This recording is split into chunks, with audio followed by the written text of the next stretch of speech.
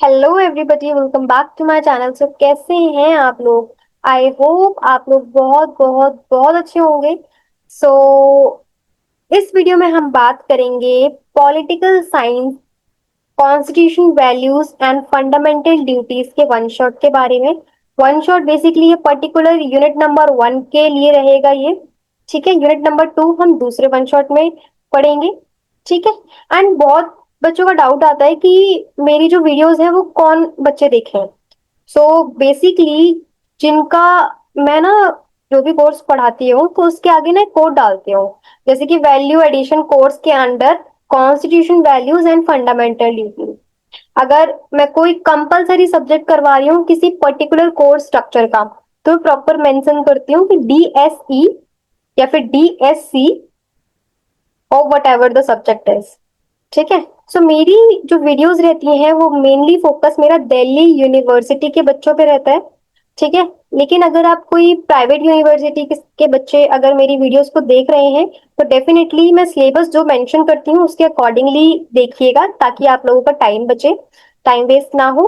अगर आपके सिलेबस में वो चीजें हैं जो मेरी वीडियोस में है तब तो आप देखिए, नो डाउट कोई प्रॉब्लम नहीं होगी आपको। ठीक है। बट मेरा जो फोकस रहता है वो दिल्ली यूनिवर्सिटीज के बच्चों पर रहता है। एंड नाउ मैं क्लियर करती हूँ कि जैसे मेरे चैनल का नाम है BBA FIA and BMS survivors, right. So मेरा मेनली जो कंटेंट रहता है वो रहता है BBA FIA एंड BMS वाले बच्चों के लिए। बट उसमें भी कंडीशन है कि जो कंपलसरी सब्जेक्ट्स है ना वो उनके लिए डेडिकेटेड रहते हैं। लेकिन जो अदर कोर्स स्ट्रक्चर्स है, जैसे कि वैल्यू एडिशन हो गया या फिर एबिलिटी असेसमेंट कोर्स हो गया, या फिर अगर आपका कोई DSE के अंडर कोई कोर्स हो गया, जो बीकॉम के लिए भी है जो BA के लिए भी है, वो चीज सभी बच्चे देख सकते हैं। बिकॉज दिल्ली यूनिवर्सिटी में ना आपके जो चॉइस बेस्ड सब्जेक्ट होते हैं वो सेम रहते हैं एट ऑल कोर्स लेवल्स, चाहे वो बीकॉम के लिए हो, चाहे वो BA के लिए हो, या फिर चाहे वो किसी भी कोर्स का हो। जो आपके चॉइस बेस्ड सब्जेक्ट्स रहते हैं जैसे कि VAC value addition course, ability assessment course, उसमें आपके सब्जेक्ट्स एंड सिलेबस सेम रहता है। सो जो अब आपको क्लियर हो गया होगा कि बीकॉम वाले बच्चे, BA वाले बच्चे वो वीडियोस देख सकते हैं। अगर मैं AEC या VAC का करवा रही हूँ तो आप निर्द्वंद होकर देखिए, syllabus would be the same. But अगर कंपलसरी सब्जेक्ट के लिए अगर आप कोई चीज पढ़ रहे हो तो definitely you have to look out the syllabus what I have mentioned in my videos, right. Clear? कोई डाउट तो नहीं है इसमें? अगर हो या फिर कोई भी रिक्वेस्ट हो ना आपके पास कि मुझे पर्टिकुलरली इस कोर्स पे या फिर इस सब्जेक्ट्स पे वीडियोस चाहिए, तो you can also request me in the comment section, and if possible for me I will definitely record and upload the same. My channel is totally dedicated to you, and as per your request, I will proceed further. Okay, so now I am sharing the screen with you. I hope it is visible, right? And one more thing, जिन जिन बच्चों ने अभी भी मेरे channel को subscribe नहीं किया है definitely इसको सब्सक्राइब कर लीजिए, बिकॉज ऐसे यूजफुल कंटेंट्स आपको मिलते रहेंगे। एंड सेकेंड थिंग, जिन जिन बच्चों ने अभी भी टेलीग्राम चैनल ज्वाइन नहीं किया है वो ज्वाइन कर लीजिए, बिकॉज अब फ्यूचर में जो भी मैं आपको कंटेंट प्रोवाइड करूंगी वो प्रोवाइड करूंगी टेलीग्राम के अंदर। रीजन ये भी है क्योंकि जो मैं लिंक्स यहाँ पे अटैच करती थी ड्राइव्स के, डॉक्यूमेंट्स के, वो कुछ बच्चे एक्सेस नहीं कर पा रहे थे। ठीक है। एंड रीजंस चैलेंजेस ये भी आते थे कि जो मैं लिंक्स अटैच करती हूँ, जो मैं इमेजेस अटैच करती हूँ, वो किसी किसी को विजिबल नहीं होते हैं। So it will create a challenge. तो मैं अब टेलीग्राम पर ही आपको PDF के फॉर्मेट में आपको नोट्स प्रोवाइड करूंगी। ओके। सो लिंक आपको चैनल के ऊपर मिल जाएगा। चैनल में लिंक अटैच है टेलीग्राम्स के। एक डिस्कशन ग्रुप है और एक आपका मेन ग्रुप है जिसमें मैं शेयर करूंगी आपको सारे नोट्स एंड जो भी कंटेंट होंगे रिलेटेड। Okay, clear? एंड अगर आपको कोई सजेशन भी है कि मैम इस तरीके से पढ़ाइए हमें, या फिर हमें नोट्स थोड़े और अच्छे या फिर थोड़े क्रिएटिव क्रिएटिव देखो बच्चों क्या होता है ना, क्रिएटिव फर्स्ट से लेके 12th क्लास तक के बच्चों में इमेजेस यूज होते हैं, थोड़ी क्रिएटिविटी यूज हो जाती है। बट लेकिन मैं ट्राई करती हूँ ना तो थोड़ा सा डिफिकल्टी फेस होती है कि क्योंकि आप लोगों का जो कंटेंट होता है ना, कंटेंट ही इंपॉर्टेंट होता है कॉलेज वालों के लिए, तो कॉलेज वाले कंटेंट ही अच्छा मांगते हैं। जो मेरा जो मतलब एक्सपीरियंस रहा है, तो मेरा अभी जो फोकस है वो कंटेंट पे ही है। कंटेंट आपको एक नंबर का मिलेगा, बट हो सकता है थोड़ा फॉन्ट का स्टाइल या फिर कुछ आपको थोड़ा सा गड़बड़ लग रहा हो। और अगर आप चाहते हो कि मैं पीपीटीज में पढ़ाऊँ, ठीक है, तो वो भी पॉसिबल है। तो वो चीज भी आप मुझे सजेशन में बता सकते हो, उसके अकॉर्डिंगली फिर देख लेंगे कि बच्चे क्या प्रेफर कर रहे हैं, पीपीटी प्रेफर कर रहे हैं या फिर डॉक्यूमेंट प्रेफर कर रहे हैं, and as per it we will move. ठीक है। So this is your subject of value addition course, political science, constitution values and fundamental duties, ये आपका सब्जेक्ट है। सिलेबस ये है यूनिट नंबर 1 का। As per the Delhi University, for all course structure, either you are a BCom, BBA, and whatever course structure you have, you can refer this lecture. Right? Okay, we are just moving further. So first read all about your Constitution of India introduction. तो सबसे पहले समझते हैं कि constitution क्या होते हैं, constitution का मतलब क्या है। तो बेसिकली कॉन्स्टिट्यूशन क्या है, एक सेट ऑफ फंडामेंटल प्रिंसिपल्स हैं और एस्टैब्लिश प्रेसिडेंट्स हैं जो डिफाइन करता है कि कैसे कंट्री गवर्न की जाएगी, कैसे कंट्री चलेगी।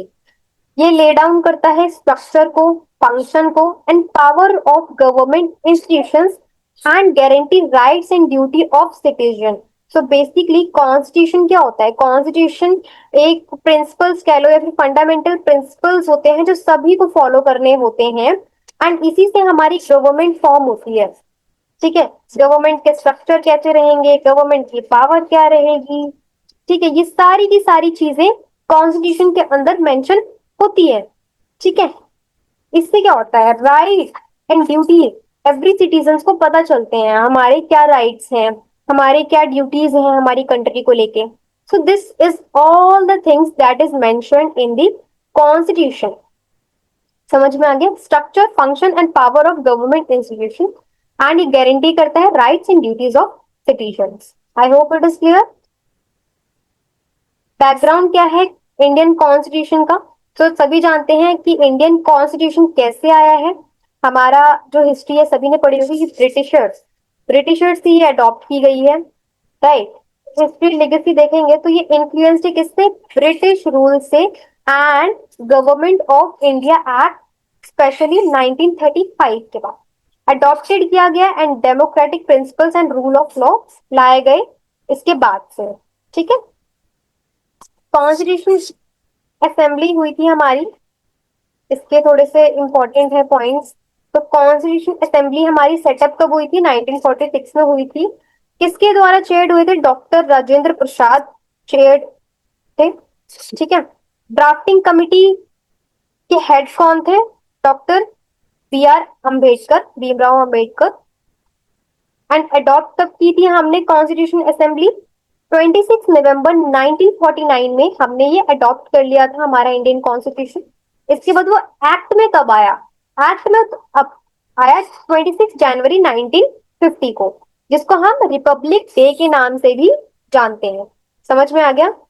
तो फॉर्मली हमने इस डेट में क्या करा था, इम्प्लीमेंट करा था या फिर कोर्स करा था, एंड इस डेट में हमने उसको क्या करा था, अडॉप्ट कर लिया। Right, clear. So this is the thing that all the person should know. इसके बाद देखो साइलेंट फीचर्स क्या होते हैं, साइलेंट फीचर्स मतलब मुख्य विशेषताएं किसकी, इंडियन कॉन्स्टिट्यूशन की।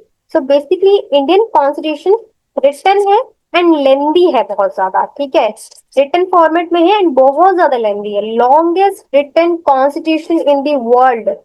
राइट, सो इंडिया का सबसे लंबा चौड़ा कॉन्स्टिट्यूशन है रिटन फॉर्मेट में इन दी वर्ल्ड। कंटेन कितने preamble, contains preambles, 470 plus articles, 25 plus parts and 12 schedules and numerous amendments. Amendments मतलब कि चेंजेस होते रहते हैं। Right, So this is the first feature of Indian Constitution. इसके बाद है आपका blend of rigidity and flexibility. So basically Indian constitution में थोड़ी सी रिजिडिटी भी है एंड कई जगह पे फ्लेक्सिबिलिटी भी देखी जाती है, जैसे कि कुछ प्रोविजंस रिक्वायर करते हैं सिंपल मेजोरिटी या फिर फ्लेक्सिबल कह लो, एंड कुछ में रिक्वायर होती है special majority and rectification by states, मतलब रिजिड होता है, कुछ रूल्स हमारे रिजिड हैं एंड कुछ हमारे फ्लेक्सिबल भी है। Federal system with unitary basis, मतलब कि इसमें क्या कहना चाह रहे हैं कि जो पावर होती है ना वो डिवाइड होती है between the centres and state, मतलब कि स्टेट गवर्नमेंट के पास अलग पावर होंगी, इसके बाद सेंटर के पास कुछ अलग पावर होती है। ठीक है, in emergency centres become more powerful. ठीक है, तो स्टेट्स के पास अपने कुछ पावर्स होती हैं एंड सेंटर के पास अपनी कुछ पावर होती है, लेकिन इन केस ऑफ इमरजेंसी या फिर कुछ चीजें हैं तो उस चीज में हम सेंट्रल गवर्नमेंट को ज्यादा प्रेफरेंस करेंगे। If I give you one example, अगर स्टेट गवर्नमेंट कुछ मेजर है जो अपने स्टेट में चेंज करना चाहती है, जिससे जिससे पूरी ओवरऑल ओवरऑल कंट्री इफेक्ट हो, उस केस में हमारा जो सेंट्रल गवर्नमेंट है वो इंटरफेयर करेगा and they will not allow the same. छोटे मोटे रूल्स है, कहीं कुछ करवाना है तो they can do, but if they are doing something big they need approval.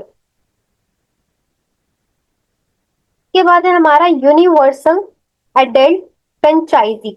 Universal adult franchise का मतलब है कि हमें वोट देने का राइट है, राइट।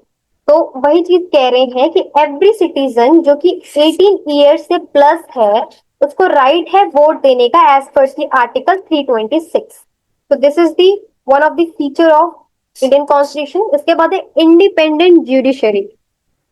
तो सुप्रीम कोर्ट है हमारा जो कि गार्जियन है कॉन्स्टिट्यूशन का, ठीक है, एंश्योर करता है जस्टिस रहे एंड प्रोटेक्ट करे हमारे फंडामेंटल राइट्स को।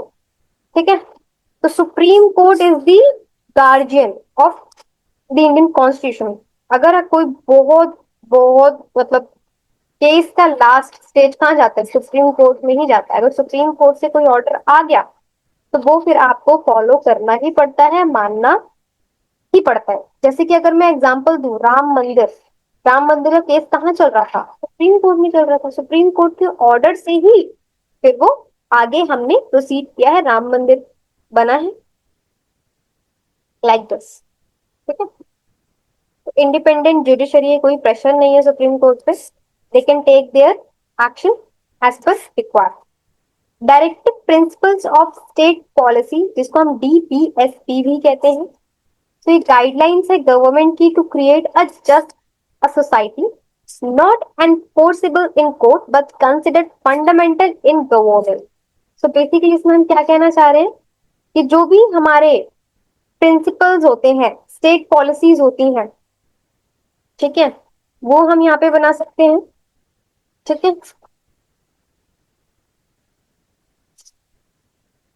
उसके बाद मतलब इसमें से आप मतलब 4 या 5 फीचर्स याद कर लीजिए, that will be enough for you. इसके बाद है हमारा सिग्निफिकेंस, क्या इंपॉर्टेंस है इंडियन कॉन्स्टिट्यूशन के।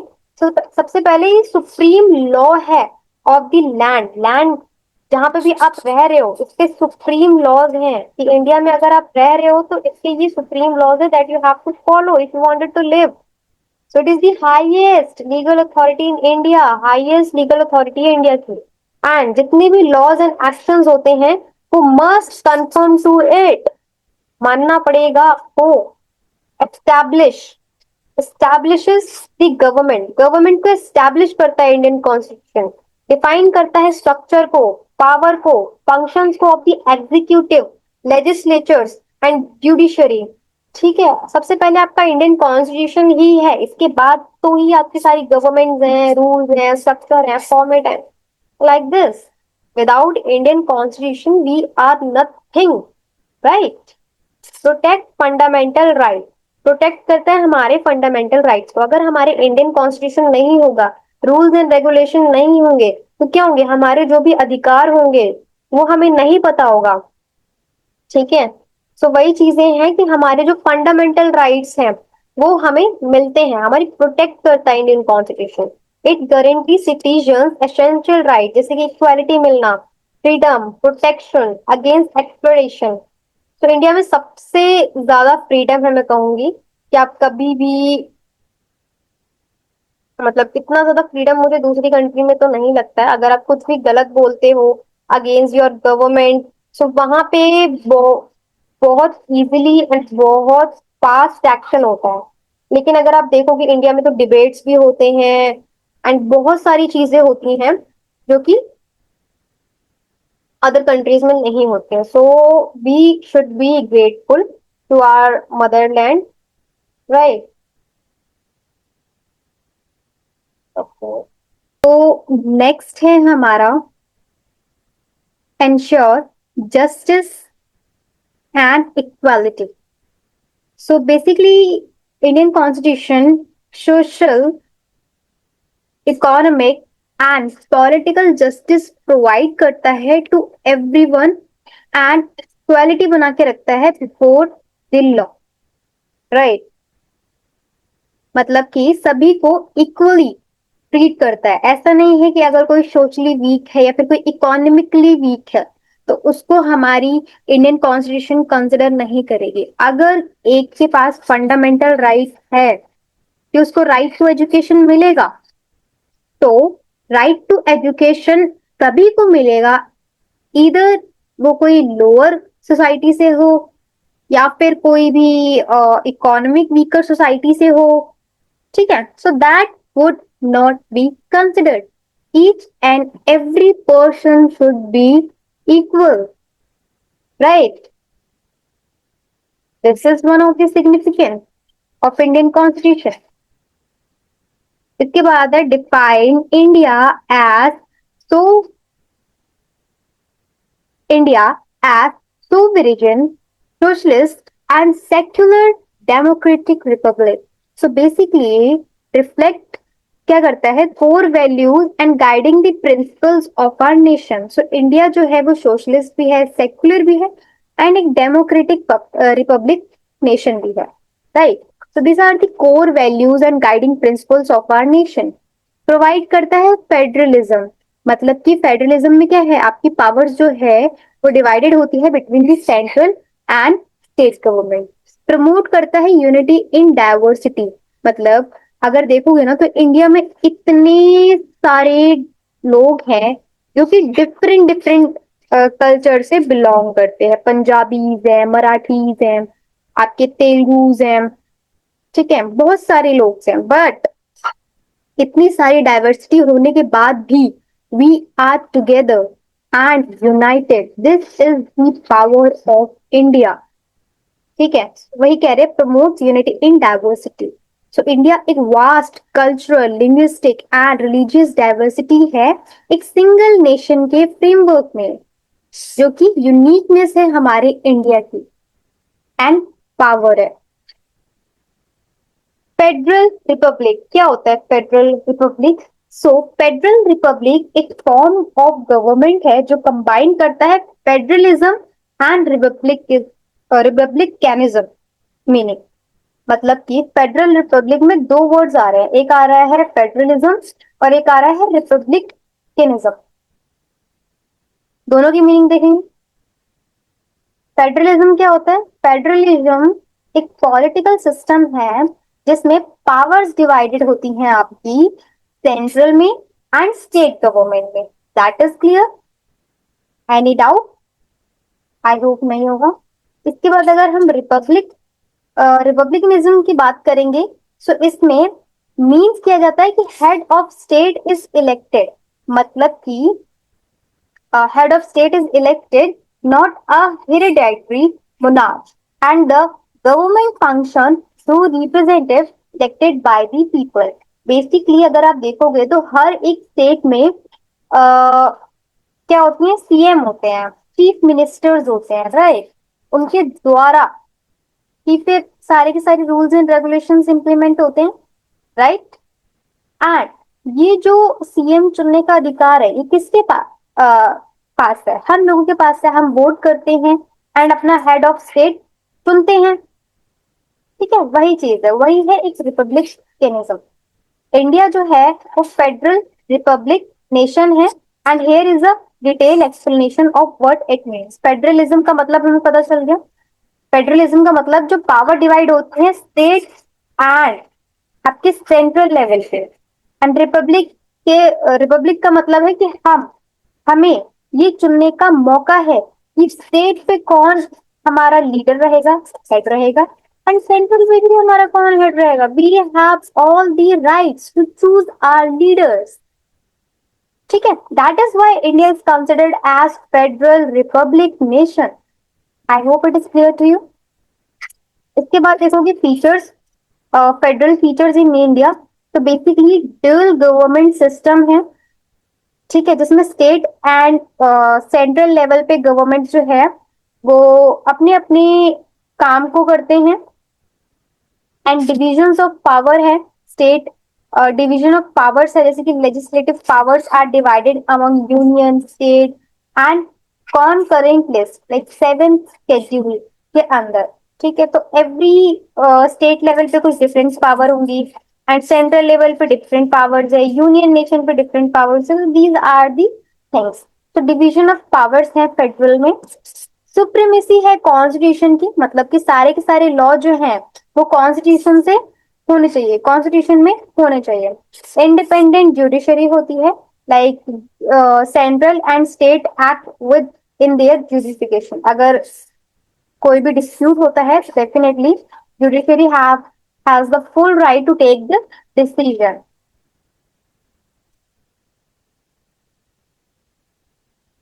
एंड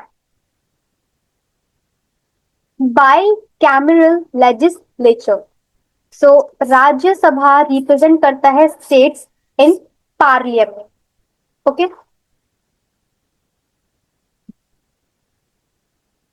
इसके बाद है आपके रिपब्लिक फीचर्स, देख लेते हैं। तो रिपब्लिक फीचर्स में बेसिकली इलेक्ट किया जाता है हेड ऑफ स्टेट को। ठीक है, जैसे कि president of India is elected, not hereditary. मतलब ऐसा नहीं है कि अगर कोई हमारा पीएम है अभी इस स्टेट में तो उनके जो भी चाइल्ड होंगे वो सीएम बनेंगे। ऐसा कोई सिस्टम नहीं है। वी हैव इलेक्ट, हम इलेक्ट करते हैं, इलेक्शन होते हैं प्रॉपर, देन हम उनको कोई भी डेजिग्नेशन देते हैं। फिक्स टर्म्स एंड अकाउंटेबिलिटी होती है उस पर्सन की, जैसे कि ऑफिसर्स होते हैं, president, MPs, MLAs have their fix tenure, उनका कुछ टेन्यूर होता है and are accountable to the people. अगर सपोज करो पीएम की 5 इयर्स तक का है, ठीक है, अगर हमने इलेक्ट किया 5 इयर्स तक वो है हमारे इसमें पोजीशन में, उस पोजीशन में है, तो वो अकाउंटेबल है टू आर पब्लिक। ठीक है, और उनका टेन्यूर है 5 इयर्स, इस टेन्यूर, वो चीजें हैं यहाँ पे। एंड यूनिवर्सल एडल्ट फ्रेंचाइजी है, सॉरी, यूनिवर्सल एडल्ट फ्रेंचाइजी है यहाँ पे, जैसे कि जो भी सिटीजन अबव हैं 18 इयर्स के, वो उनको वोट देने का अधिकार है। These are the republic features. इसके बाद देखेंगे तो क्वासी फेडरल, ये क्या होता है। तो federal in form, India has strong unitary features like powerful centers हैं, सिंगल कॉन्स्टिट्यूशन है हमारे पास, एंड क्या क्या चीजें हैं, एंड इमरजेंसी पावर्स हैं। Hence it is often described as quasi federal. So basically हमारे पास एक स्ट्रॉन्ग यूनिटरी फीचर्स है, जैसे कि पावरफुल सेंटर्स हैं, सिंगल कॉन्स्टिट्यूशन हैं एंड इमरजेंसी पावर्स हैं, इसीलिए हम डिस्क्राइब किए गए हैं क्वासी फेडरल पे। जैसे यूनिटरी फीचर्स देखेंगे इंडियन कॉन्स्टिट्यूशन में क्या है। यूनिटरी फीचर्स आपके स्ट्रॉन्ग सेंटर्स हैं, जैसे कि union list has more subjects like central laws prevail in concurrent list conflicts. Single constitution and citizenship है, लाइक नो सेपरेट कॉन्स्टिट्यूशन और सिटीजनशिप फॉर स्टेट। ठीक है, सबके लिए अलग अलग कॉन्स्टिट्यूशन नहीं बने हुए हैं as per the state. Single constitution है एंड सिटीजनशिप है टू ऑल। इमरजेंसी प्रोविजंस हैं, like during emergencies power concentrate in the hands of the center. Like emergency के सिचुएशंस में सेंटर ही उसको लीड करेगा, स्टेट उसमें इंटरफेयर नहीं करेंगे। Center Center appoints governor. Governors act as the center's representatives in the state. And parliament can change state boundary. ठीक है, parliament has the right to change the state boundaries without state approval. Article 3 के under parliament जो है वो state की boundaries को change कर सकते हैं विदाउट स्टेट के अप्रूवल. आर्टिकल 3 के अंडर. एंड यहाँ पे मैंने क्वासी फेडरल के बारे में थोड़ा सा समझाया था. क्वासी फेडरल्स को हमने क्यों कंसिडर किया. तो दिस इज द रीजन कि इंडिया के पास स्ट्रॉन्ग यूनिटरी फीचर्स हैं, जैसे कि पावरफुल सेंटर्स होना, सिंगल कॉन्स्टिट्यूशन होना. That is why we have described it as quasi federal. तो यहाँ पे देखते हैं क्वासी फेडरल बेसिकली होता क्या है. सो जो टर्म है ना क्वासी फेडरल, इसको फर्स्ट यूज किया था केसी ने, जो कि एक कॉन्स्टिट्यूशनल एक्सपर्ट हैं, जो डिस्क्राइब करते हैं India system as a federal in form but unitary in spirit. It refers to a hybrid form of government where the structure is federal. Structure is federal मतलब जो स्ट्रक्चर है उसकी power जो है वो डिवाइडेड है, लेकिन central government hold more power than the state. लेकिन सेंट्रल गवर्नमेंट के पास ज्यादा पावर है as per the state. That is why it is considered as quasi federalism. Why why India adopted quasi federalism. तो India का quasi federalism choose करने के लिए भी काफी रीजन है, जैसे कि हिस्टोरिकल बैकग्राउंड होना. पोस्ट इंडिपेंडेंस के पास इंडिया को काफी सारे थ्रेट्स देखने पड़े थे डिसइंटीग्रेशन में, जैसे कि strong centre was seen as necessary. ठीक है. डाइवर्सिटी एंड साइज था. इंडिया जो था वो काफी सारे linguistic, religious and culture diversity थी, जो कि हमें पता ही है. एंड इसके लिए unified system with a region autonomy जरूरी भी था. ठीक है. मतलब कि अगर हम एक पर्सन को रख देते so it will create a more challenge. तो दैट इज वाई हमने क्या करा कि स्टेट लेवल सेंट्रल लेवल पे एक पर्सन को साइन कर दिया, एंड स्टेट लेवल पे हमने डिफरेंट डिफरेंट उनके लीडर्स को मौका दिया टू हैव इट, ताकि उनको दिक्कत ना हो. जैसे अगर कोई तेलुगु में है तो तेलुगु को Telugu leaders, if it is like that, because they have the power to choose it, and they generally अपने में से ही वो करवाते हैं, इलेक्ट करते हैं. Generally it's a people mindset and nothing else. ठीक है. So it is also needed. I hope मेरी बात आप समझ पा रहे होंगे why we have accepted and adopted quasi federalism. के बाद अगर थर्ड रीजन देखोगे तो एडमिनिस्ट्रेशन की एफिशिएंसी होना, जैसे कि स्ट्रॉन्ग सेंट्रल गवर्नमेंट इंश्योर करती है यूनिफॉर्म पॉलिसीज का एंड फास्टर डिसीजन मेकिंग करती है ड्यूरिंग द क्राइसिस. जैसे कि कोविड-19 का एग्जांपल ले लो, तो मेजरली हम सेंट्रल गवर्नमेंट के रूल्स को ही फॉलो कर रहे हैं. नेशंस की यूनिटी होना, लाइक प्रिवेंट करना रिलीजनिज्म, सेशनिज्म एंड इंश्योर करना इंटरनल सिक्योरिटी. ठीक है. तो this is the national unity. इसके बाद है आपका rule of law. Rule of law क्या होता है. रूल ऑफ लॉ का मतलब होता है principal under which what all peoples and institutions are subject to and accountable to law that is fairly applied and enforced. It upholds the supremacy of law, equality before law, and individual liberties. The concept of rule of law originates from the English legal tradition and was popularized by A.V. Dicey, a British jurist. So basically rule of law क्या होते हैं. Principles होते हैं जो कि सभी people and institutions को follow करने होते हैं, एंड वो अकाउंटेबल होते हैं एज पर इट. ठीक है. तो ये क्या होल्ड करता है. सुप्रीमेसी ऑफ लॉ को होल्ड करता है, equality of before law and individual की लायबिलिटीज को होल्ड करता है. ठीक है. एंड ये कॉन्सेप्ट किसने दिया था. बाय एवी डाइसी ने. ठीक है. According to Dicey, rule of law has three main principles, or Dicey's three pillars of rule of law. So basically Dicey's के अकॉर्डिंग ना तीन पिलर थे रूल के, किसी भी रूल के. तो जैसे कि फर्स्ट था supremacy of law. Supremacy of law का मतलब है no individual is above the law. कोई भी इंडिविजुअल लॉ के अबव नहीं है. And all action must be according to it. ठीक है, अगर कोई रूल बनाया है, this is the supreme law that should be applicable to each and every person, even you are a prime minister, you have to follow our supreme of law. And अगर आपने उसको break किया तो you will get punishment, you will not be considered. इसके बाद आता है आपका इक्वालिटी बिफोर लॉ। इसका मतलब क्या है कि हर एक person is subject to the same law and treated equally, equally in court. इसका मतलब ये है कि जितने भी पर्सन है उनको हम सेम मानते हैं, मतलब सभी कानून की नजरों में एक बराबर है, चाहे वो किसी भी बड़े एमएलए का बेटा हो या फिर कोई भी हो, they would be treated equally, equally in terms of court. ठीक है, यही है हमारा इक्वालिटी बिफोर लॉ। आपने कई कई बार ना ये पूछा भी जाता है कि लास्ट पीवाईक्यू में पूछा गया था, what is equality before law in your understanding. तो ये चीज है कि सभी पर्सन को इक्वल मानना, ठीक है, इक्वली मानना इन लॉज में and treated equally in court.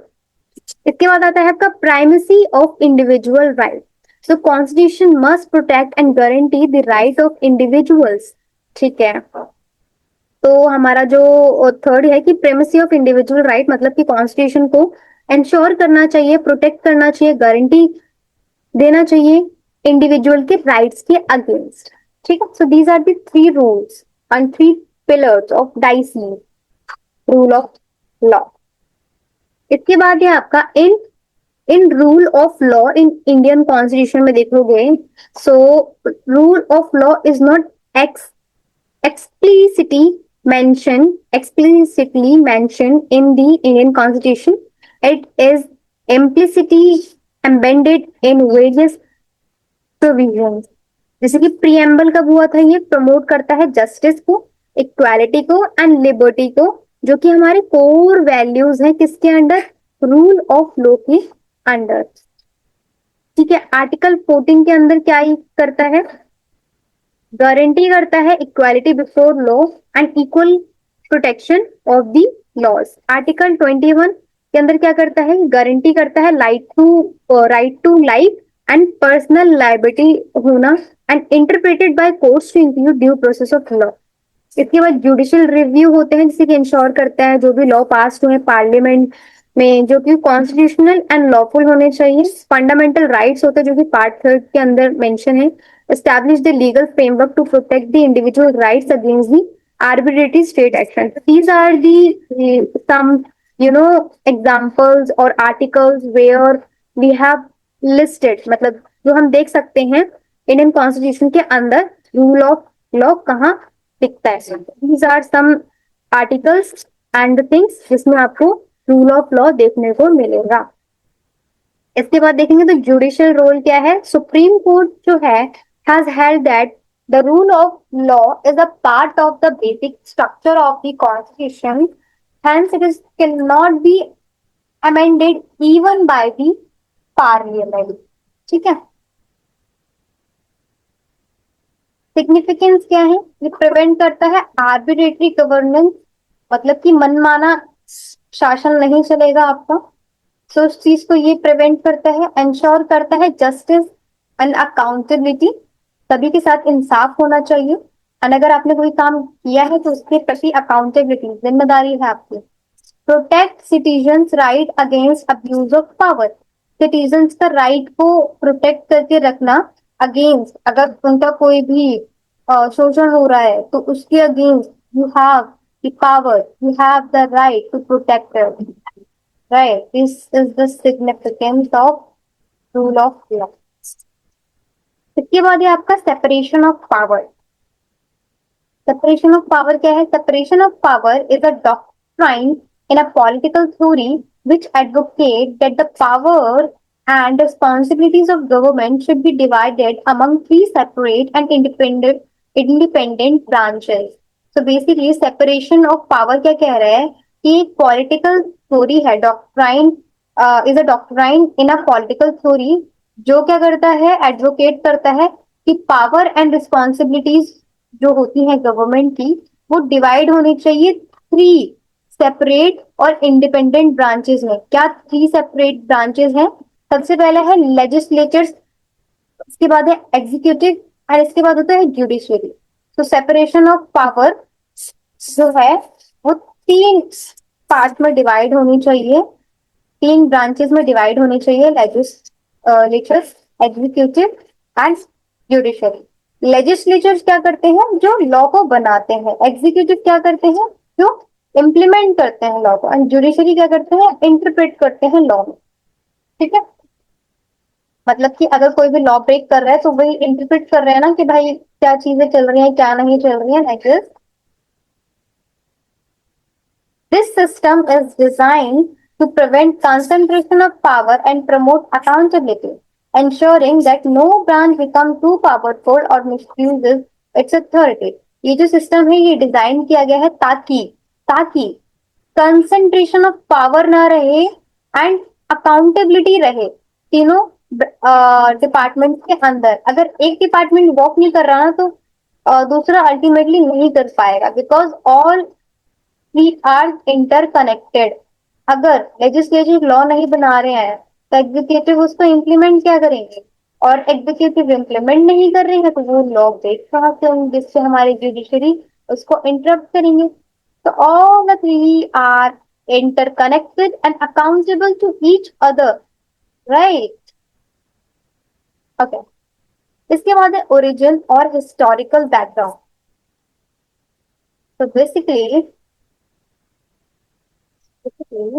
the idea of separation of power was developed by Montesquieu, a French philosopher, in his book The Spirit of Law, to prevent concentration of power and tyranny. तो basically ये जो idea था ना separation of power का, वो किसने develop किया? एक फ्रेंच फिलोसोफर थे जिसने अपने वर्क में, जैसे कि स्पिरिट ऑफ लॉ, उन्होंने एक बुक थी उनकी 1748 में, जिसमें क्या था उनका फोकस, क्या था कि कंसंट्रेशन ऑफ पावर ना रहे और अत्याचार ना रहे, किसी एक के पास सारी की सारी पावर नहीं रहनी चाहिए एंड अत्याचार नहीं होना चाहिए। सो दिस इज दी थिंग जिसके अगेंस्ट में इन्होंने स्पिरिट ऑफ लॉ को लिखा था। So Montesquieu argued that liberty is the best preserved when different arms of government operates independently of each other.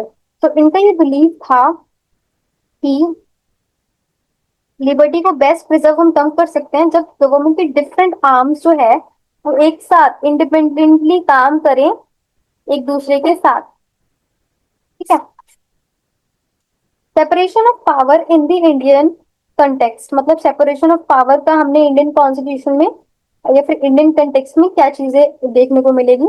So Indian constitution के अंदर the Indian constitution does not provide absolute separation, मतलब absolute कोई separation तो नहीं है यहाँ पे, लेकिन हम फंक्शनल सेपरेशन फॉलो करते हैं पावर्स के अंदर।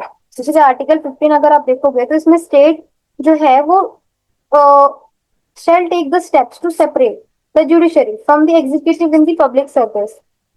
ठीक है, मतलब कि स्टेट जो है वो स्टेप्स ले सकता है सेपरेटली जुडिशरी से from the executive in public service. और आर्टिकल 121 एंड 211 में लेजिस्लेचर जो है वो can not discuss judiciary conduct.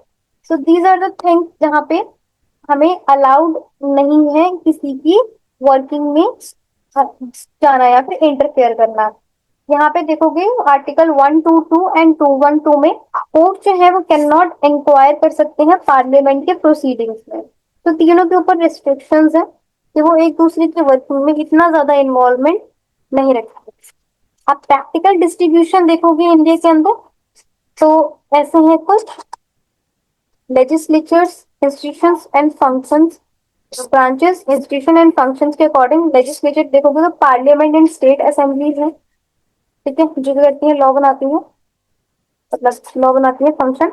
Executive कौन है यहाँ पे? प्रेसिडेंट्स हैं, पीएम है, सीएम है, काउंसिल ऑफ मिनिस्ट्रीज है, जो भी करते हैं इम्प्लीमेंट करते हैं पॉलिसी या फिर लॉ को। एंड जुडिशरी में कौन है? सुप्रीम कोर्ट है, हाई कोर्ट है, जो भी करते हैं इंटरप्रेट करते हैं लॉज को एंड इंश्योर करते हैं जस्टिस को। ठीक है। इसके बाद देखोगे features of separation of power, क्या फीचर्स हैं? सेम लेजिस्लेचर्स की क्या फीचर्स हैं? ये क्या करते हैं? लॉ बनाते हैं एंड ऑल्सो इम्पीच करते हैं जजेस को and hold the executive accountable to debates and questions. Executives क्या करते हैं? ये क्या करते हैं? फ्रेम करते हैं, एनफोर्स करते हैं पॉलिसीज को, लेकिन रिस्पॉन्सिबल है किसको? किसके? लेजिस्लेचर्स के रिस्पॉन्सिबल है। जुडिशरी ये इंडिपेंडेंट है एंड पावर है इनके पास of judicial review to check the law and executive action.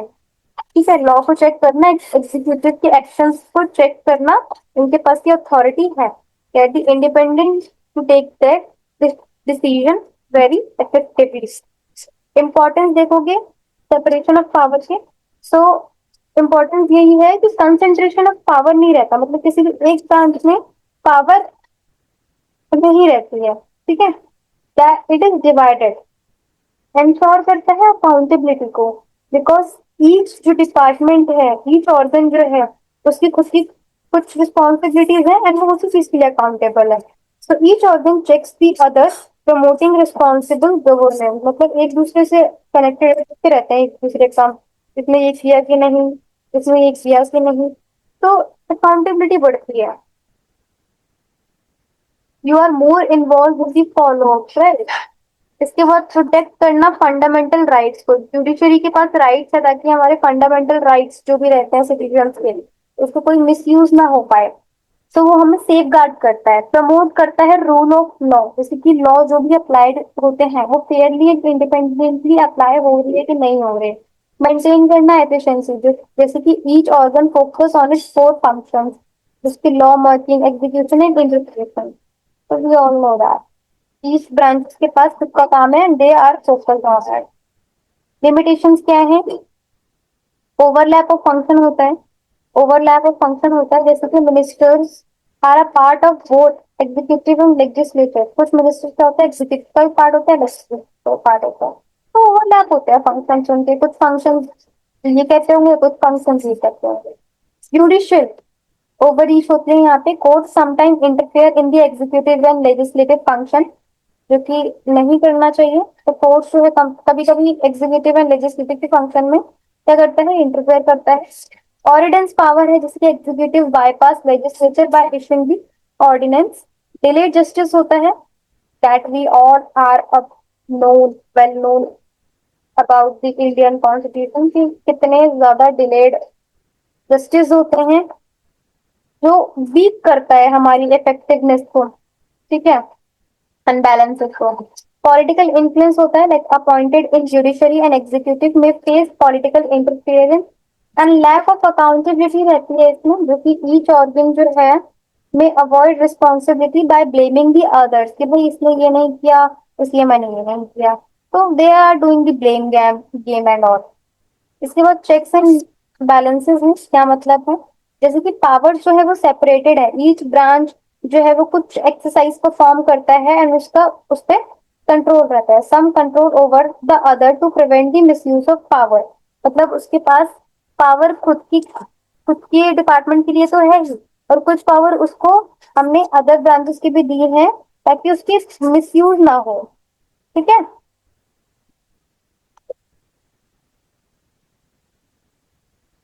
Branches and check over देखोगे तो लेजिस्लेचर क्या करता है? लेजिस्लेचर जो है कैन इम्पीच जजेस and president passes the budget. Executive क्या कर सकते हैं? डिसॉल्व कर सकते हैं पार्लियामेंट रिकमेंडेड ऑर्डिनेंस को। एंड जुडिशियल क्या कर सकते हैं? Can strike down the unconstitutional laws and action as per the judicial review. So they all have the right to take that decision and take over। Landmark case आपको ये देखने को मिलेगा। ठीक है, दैट यू कैन कंसिडर। तो अब है आपका सोवरेंटी। सोवरेंटी का मतलब क्या होता है? Sovereignty refers to the supreme authority of the state to govern itself without any external interface. A sovereign nation is independent in both internal and external affairs. So basically sovereignty क्या होती है? एक supreme authority होती है, मतलब कि सबसे ऊंची अथॉरिटी होती है ऑफ द स्टेट, जहां पे वो गवर्न कर सकता है बिना किसी एक्सटर्नल इंटरफेरेंस से। ठीक है, मतलब कि supreme authority of the state, जिसमें वो अपनी गवर्न कर सकते हैं, अपने स्टेट को गवर्न कर सकते हैं बिना किसी एक्सटर्नल इंटरफेरेंस से। ठीक है, सो वही चीज है कि एक सॉवरेन नेशन क्या होते हैं, वो इंडिपेंडेंट होते हैं बोथ इंटरनल टर्म्स में भी और एक्सटर्नल टर्म्स में भी। क्लियर? इंडियन कॉन्टेक्स्ट पे देखते हैं। तो basically sovereign is included in the preamble. Preamble का मतलब होता है प्रस्तावना ऑफ द इंडियन कॉन्स्टिट्यूशन। तो ये जो टर्म है सॉवरेन, ये इंक्लूडेड तो है हमारे इंडियन कॉन्स्टिट्यूशन में, एंड ये इंडिकेट करता है कि इंडिया जो है वो एक इंडिपेंडेंट नेशन है and free from the control of any foreign power. मतलब किसी भी फॉरेन पावर को हमारे इंडिया को चलाने के लिए किसी भी फॉरेन पावर का इंटरफेरेंस होना जरूरी नहीं है। हम फ्री हैं, we are independent nation. That is why sovereign का जिक्र हमारे इंडियन कॉन्स्टिट्यूशन में हुआ है। ओके, तो इसके बाद है people. People of India are ultimate source of all authority. तो पीपल, जो भी इंडिया की पीपल है, उनको सारी की सारी अथॉरिटीज है। ठीक है, टू डायमेंशन होते हैं सोवरेनिटी के, एक एक्सटर्नल होता है और एक इंटरनल होता है। एक्सटर्नल क्या? जैसे कि India is free to decide foreign policy without any external affair. तो इंडिया अपने फॉरेन पॉलिसीज को बना सकते हैं विदाउट एनी एक्सटर्नल कंट्रोल के या फिर इंटरफेरेंस के। इंडिया मेंटेन कर सकता है डिप्लोमेटिक रिलेशन एंड ट्रीटीज को based on the national interest, that we know. Internal sovereignty, जैसे इंडिया के पास पावर है to legislate and govern within its territory. And क्या इनके पास क्या राइट है? एज पर दी इंटरनल लेवल, इसके पास पावर है कि वो कंट्रोल कर सके अपना कॉन्स्टिट्यूशन को, लॉस चला सके, economy, defence and civil administration अपने तरीके से वो चला सकते हैं। क्लियर? इसके बाद कॉन्स्टिट्यूशन बेसिस देखोगे तो preamble, like we the people of India give to ourselves this constitution. ठीक है, हमारे पास भी राइट्स है, हमारा जब मन करेगा, जो मन करेगा, we can do it, but as per the rules, right? This reflects popular sovereignty, जैसे कि people are the ultimate authority, right? इसके बाद इंपॉर्टेंस क्या है? तो नेशनल इंडिपेंडेंस है हमको, जैसे कि इंडिया जो है वो फ्री है फ्रॉम द एक्सटर्नल कंट्रोल और डोमिनेशन से इन पॉलिटिकल, लीगल या फिर किसी भी मैटर में। पीपल सुप्रीमेसी है कि पावर है पीपल्स के, इंडिया की पीपल्स के पास पावर है, दे कैन इलेक्ट द गवर्नमेंट। ठीक है, एंड उनको अकाउंटेबल भी बना सकते हैं, उनसे सवाल जवाब भी पूछ सकते हैं। लॉ मेकिंग अथॉरिटी है India, parliament has the full authority to make laws for the country without any foreign interference. ठीक है, and preservation of national identity है, लाइक सेफ गार्ड करता है हमारे इंडिया के कल्चर के, वैल्यूज को, इंस्टीट्यूशन प्रिंसिपल्स को फ्रॉम द फॉरेन इन्फ्लुएंस। जैसे कि अगर आप जानते होंगे तो पहले भी क्या हुआ था कि अंग्रेजों ने आके हम पे शासन किया था। तो वही चीज है कि we are now sovereign country, we are independent nation, no any other country can come and force us. ठीक है, तो यही चीजें सेफ गार्ड करता है हमारे इंडिया की कल्चर को, वैल्यूज को, कॉन्स्टिट्यूशन प्रिंसिपल्स को from the foreign influence. Foundation of democracy, like sovereignty ensure करता है डेमोक्रेटिक इंस्टीट्यूशन फंक्शन कर पाए फ्रीली एंड फेयरली। ठीक है, इंटरनल गवर्नेंस रहना, एनेबल करना किसी भी स्टेट को कि वो लॉ एंड ऑर्डर मेंटेन रख पाए। ठीक है, and taxes and govern its territory independently, किसी की फोर्स में नहीं आनी चाहिए वो चीज, right? These are some importance. के बाद है सोशलिज्म।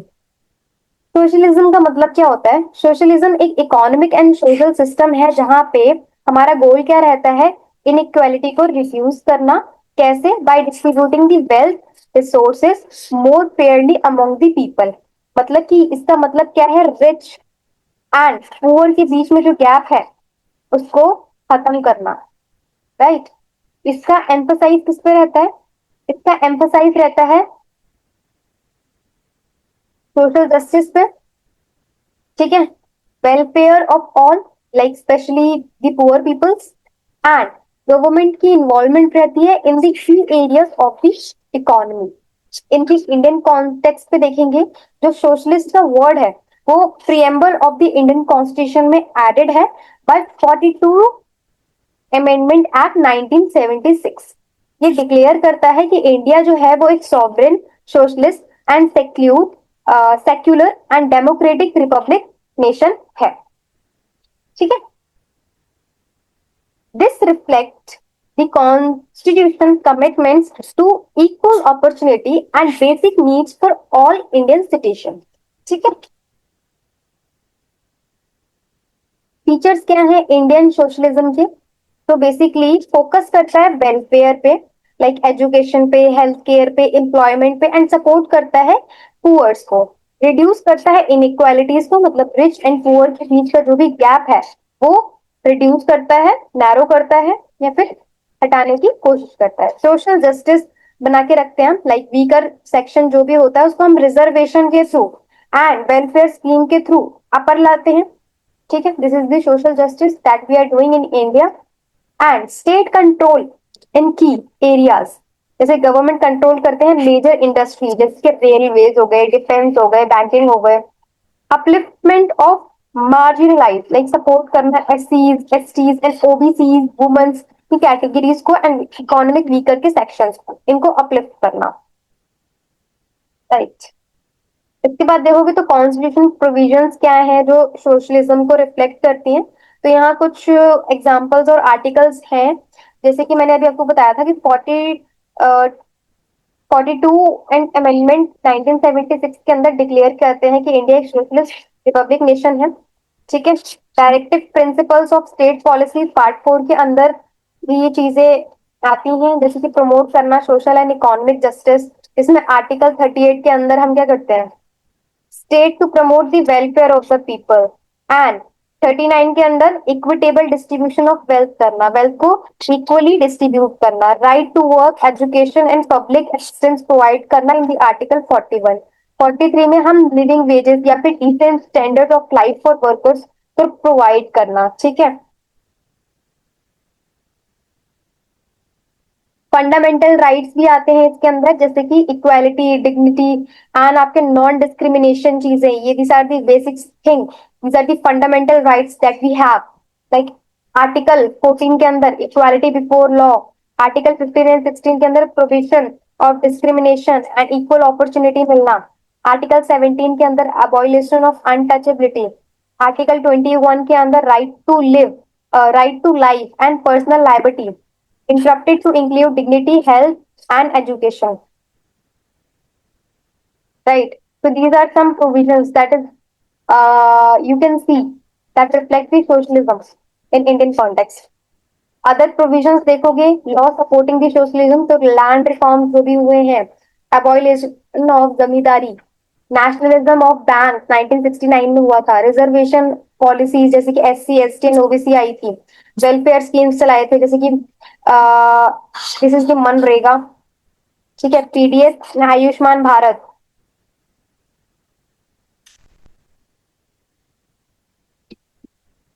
एग्जाम्पल देखोगे तो यही चीज है, नेशनलिज्म और 1959 में, and abolition, abolition of zamindari system, implement करना मनरेगा को, एंड सब्सिडी प्रोवाइड करना health, education and food security में। इंपॉर्टेंस देखोगे तो सोशल जस्टिस को प्रमोट करना, रिड्यूस करना इनइक्वालिटी को, ठीक है, मतलब कि गैप खत्म करना रिच एंड पुअर के बीच में, एंड सपोर्ट करना वेलफेयर स्टेट्स को, जैसे कि एजुकेशन, हेल्थ एंड एम्प्लॉयमेंट के स्टेटस पे, एंड एम्प्लॉयमेंट वीकर सेक्शंस को अपलिफ्ट करना, बैलेंस इकोनॉमिक डेवलप करना, like growth across all the religion and classes without any discrimination, prevent करना एक्सप्लॉइटेशन, किसी के साथ गलत ना हो, मोनोपोली ना हो रहा हो, लेबर राइट्स के अकॉर्डिंग वर्क हो रहा हो।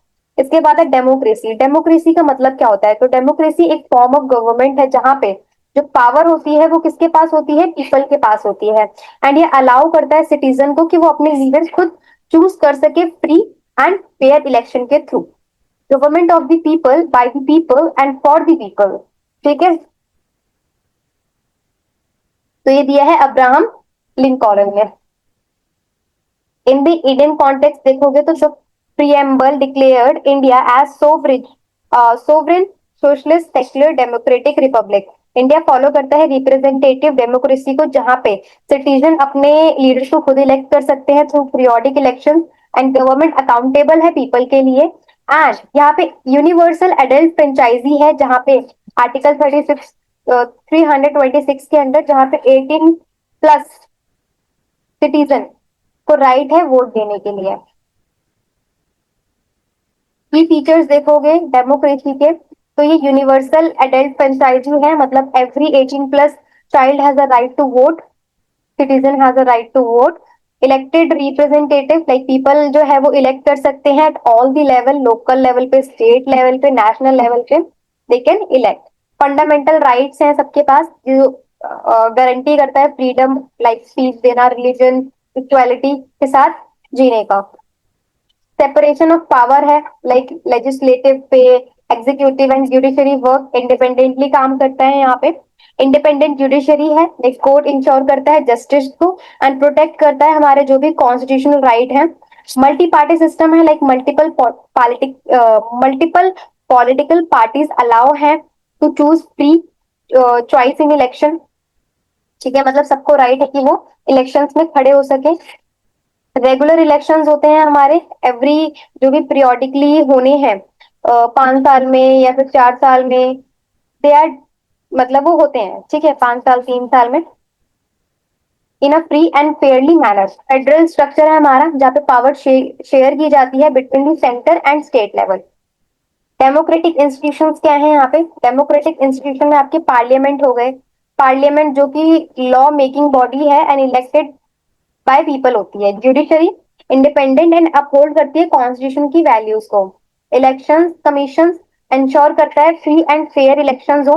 एंड पंचायती राज क्या करते हैं? प्रमोट करते हैं grass root of democracy.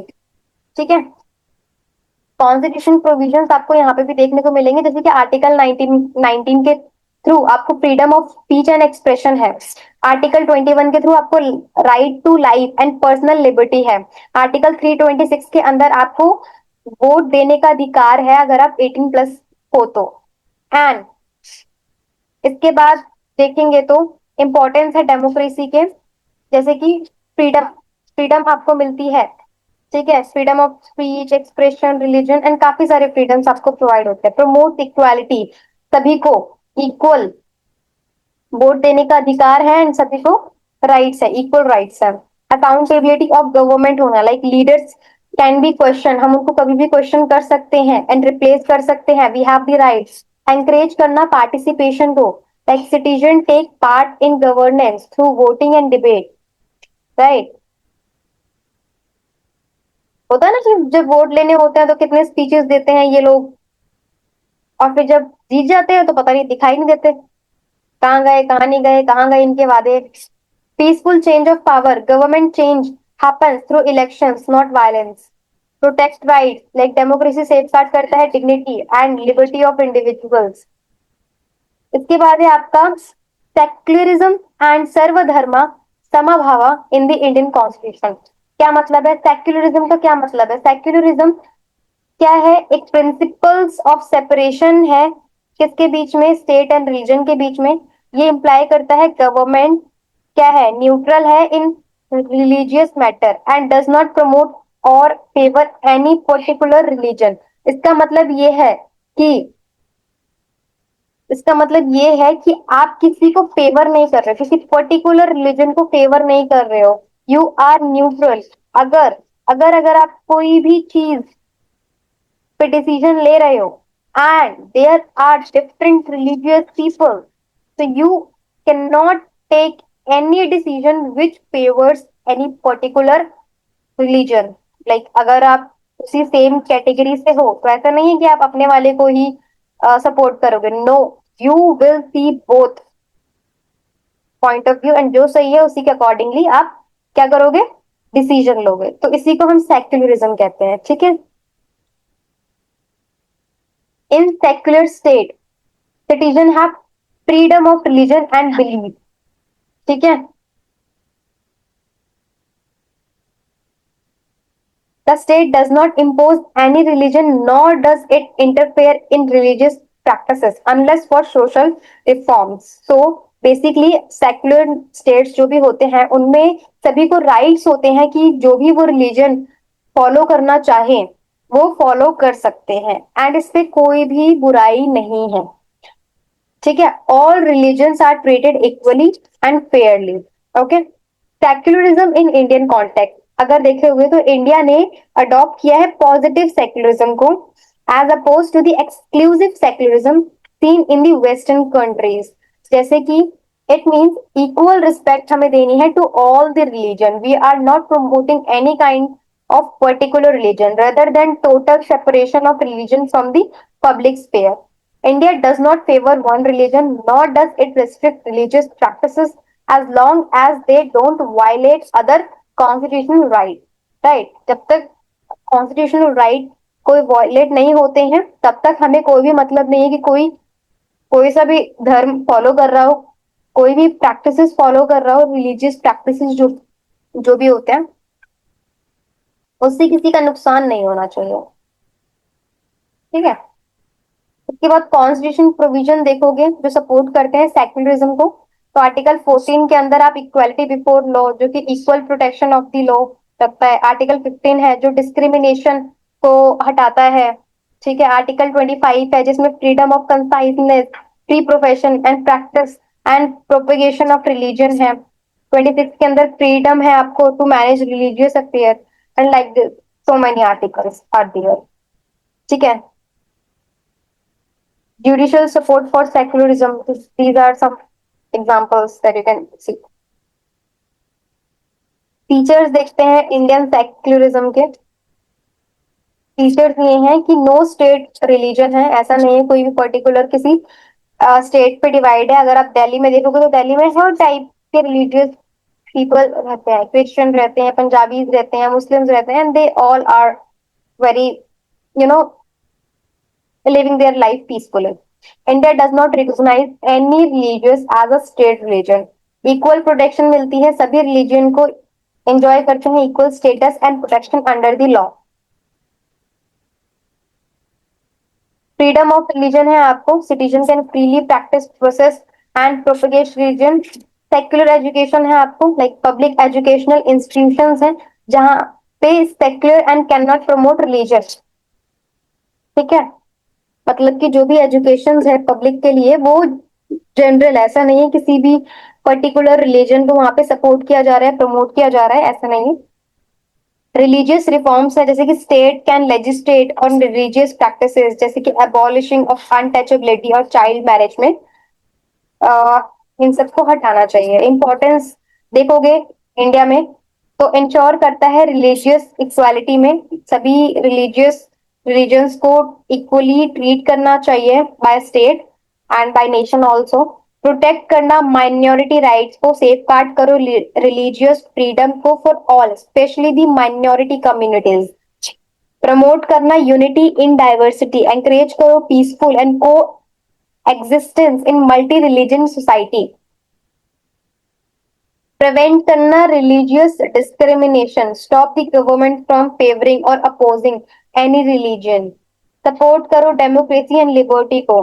Strength करो नेशनल इंटीग्रिटी को. इसके बाद आता है आपका सर्वधर्मा धर्मा एंड समभावा. इसका मतलब क्या है? सर्वधर्मा एंड समभावा. तो ये संस्कृत का फ्रेज है जिसका मतलब है equal respect for all religion. Right. ये रिफ्लेक्ट करता है the spirit of Indian secularism जहां पे स्टेट एंड सोसाइटी फेवर नहीं करते किसी भी एक रिलीजन को बट रिस्पेक्ट करते हैं एंड फेथ करते हैं equally. It is not a constitutional term but a philosophical and cultural foundation of Indian secularism, closely associated with Mahatma Gandhi, जहाँ पे emphasize किया जाता है टॉलरेंस को, रिस्पेक्ट को, harmony among the all religion. Promote करना को एग्जिस्टेंस को of the multiple faith. goes beyond just equal treatment and it emphasizes equal preference, origin and usage. तो ये ओरिजिन कहाँ से हुआ था? एडवोकेट महात्मा गांधी जैसे जो गाइड करते हैं principle of inter religious harmony को। ये बिलीव करते हैं कि सभी रिलीजन्स जो हैं different path are different parts to the same truth and should have respected equally. ठीक है, they are the different path to the same truth, ये कहने का मतलब था उसका। It has been central value in Indian constitution since ancient times, seen in practices like Bhakti, Sufi movement, and teaching of Emperor Ashoka and Akbar. Reflect Reflection in Indian Constitution and practices. तो ये कुछ articles हैं जो reflect करते हैं,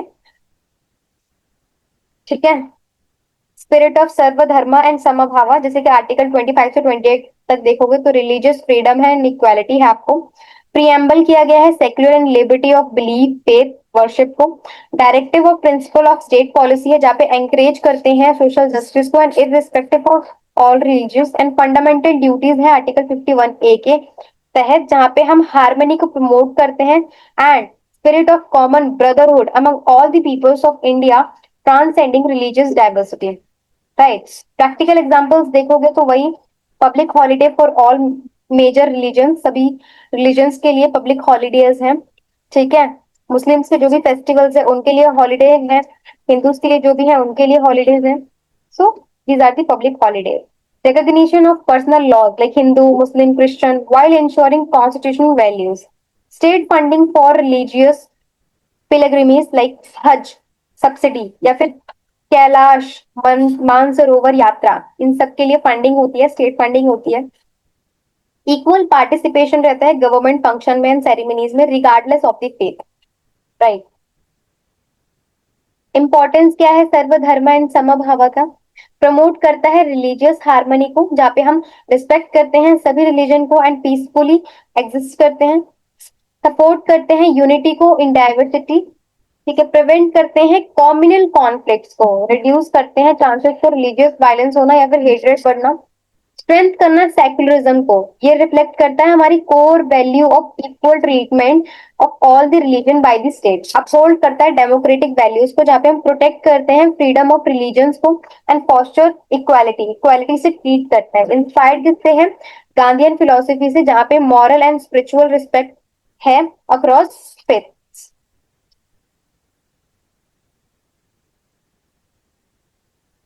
So this is all about unit number 1 of political science, constitution values and fundamental duties. Right. So we all have completed. So if you have liked my content, my channel, right. So please subscribe to my channel, like, share, comment. Right. Bye bye. Take care everyone. Bye bye.